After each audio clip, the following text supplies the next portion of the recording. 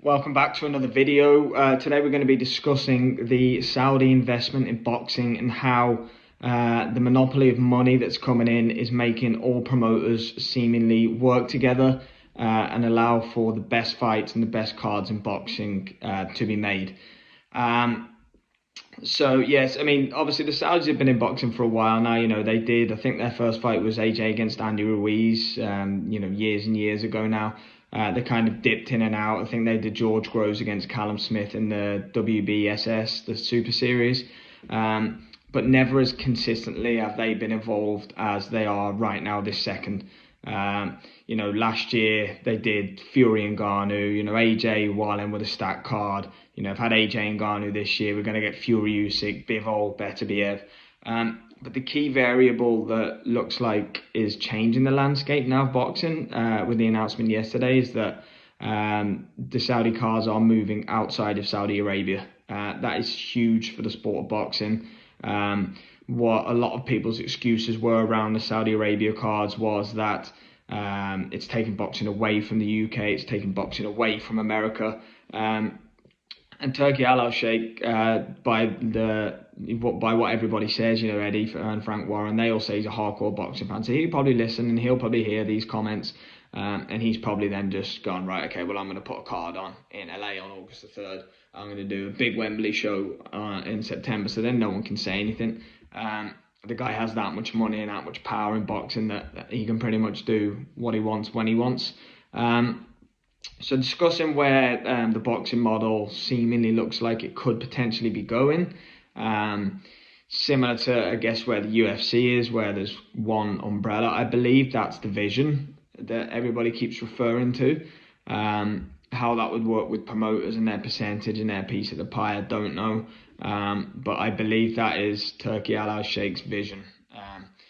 You see it with these undisputed belts that have been unveiled for Bivol, Beterbiev and Fury Usyk. We're getting Saudi-related belts all of a sudden now. It's very UFC-esque. But yeah, obviously Terence Crawford, I don't know if he is or not working with PBC anymore, whether he's a free agent or whether he's not. But Eddie Hearn's openly talking about his relationship with Louis DeCubas now. We have Majumov, a Matchroom fighter. There's Golden Boy fighters on that card. There's PBC fighters on that card.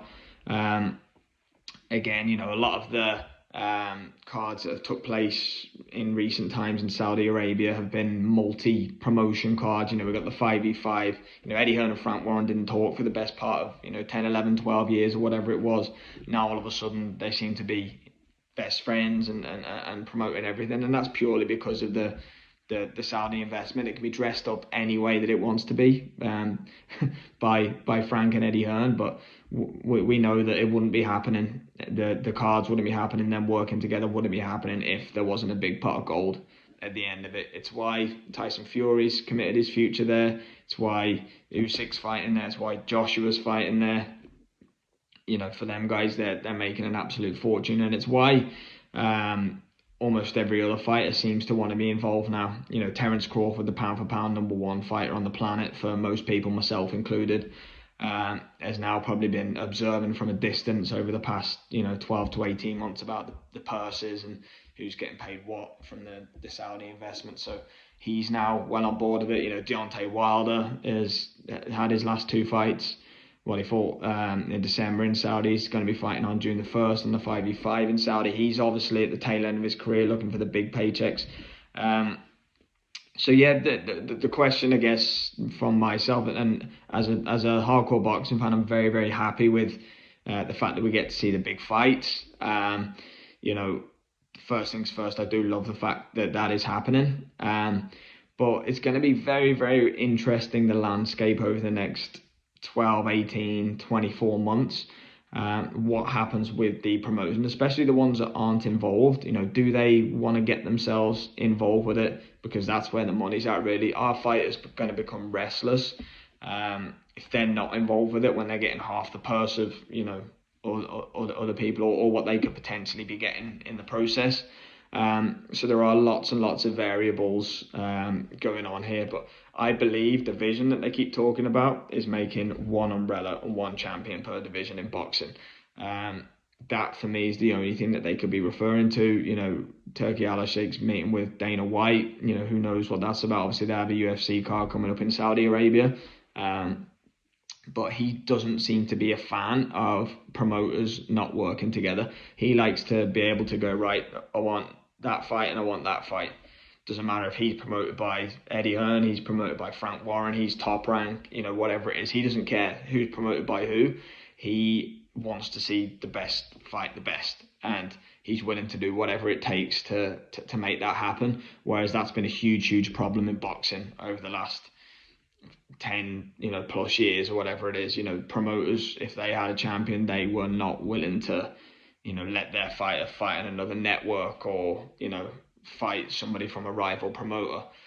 That's just how boxing has been, and we've been accustomed to sort of watching that happen or whatever it is. And now we're actually in an age where cross-promotional fights are happening. Where the money's coming from, or for what reason it's happening, I'll leave that to the other people. But at the end of the day, as a hardcore boxing fan and somebody who wants to see the best fight the best, it's good for the sport. It's going to be very, very interesting to see if they're just testing the waters with this LA card, if the Wembley card does come to fruition or if it doesn't. I believe it will, for argument's sake. But, the next 12 to 18 months is going to be very, very interesting. Is this trend going to carry on? For me, it is. The Saudis going to keep putting investment and keep backing it. So, yeah, it's going to be a great couple of months schedule. Let's see how it all pans out. But, yeah, let me know in the comments what you think.